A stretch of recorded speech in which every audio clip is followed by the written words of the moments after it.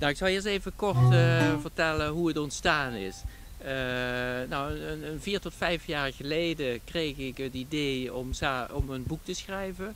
En ik vroeg mijn vrouw van, zullen we dat niet samen doen? En zij zei van, nou ja, dat zie ik niet zitten, dat kunnen wij niet. En ik dacht van, nou ja, kunnen we niet, dat ken ik niet. Dus dat ga ik zelf doen.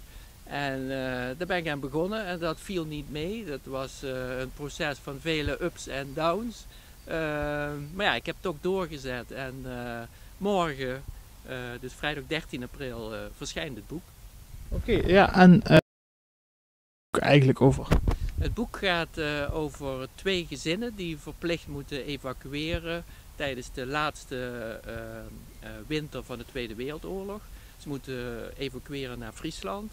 En in Friesland daar gebeuren een aantal vreselijke dingen die behoorlijke gevolgen hebben, ook in de jaren daarna, met allerlei psychologische impact. En het ander deel van het verhaal dat speelt in 2006 in Friesland. En dan is er een serie moorden en die moeten opgelost worden. Oké, ja, en is het fictief of zitten er ook dingen die echt gebeurd zijn?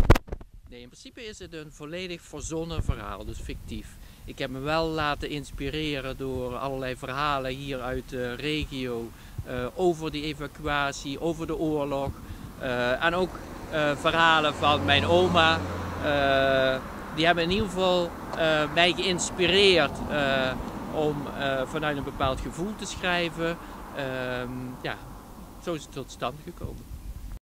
Oké, ja, en ja, tot slot dan nog de vraag.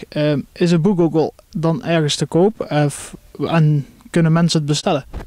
Nou, het boek verschijnt 13 april. Dus nu, zoals ik dit exemplaar in handen heb, bestaat het nog niet. Maar dus 13 april verschijnt het. Dan is het bekend in alle boekhandel in Nederland en in België. Maar je kunt het in principe bestellen via de webshop van www.boekscout.nl. En dan krijg je het gewoon thuis gestuurd. Maar je kunt het ook via het ISBN of via de titel bestellen in de boekhandel.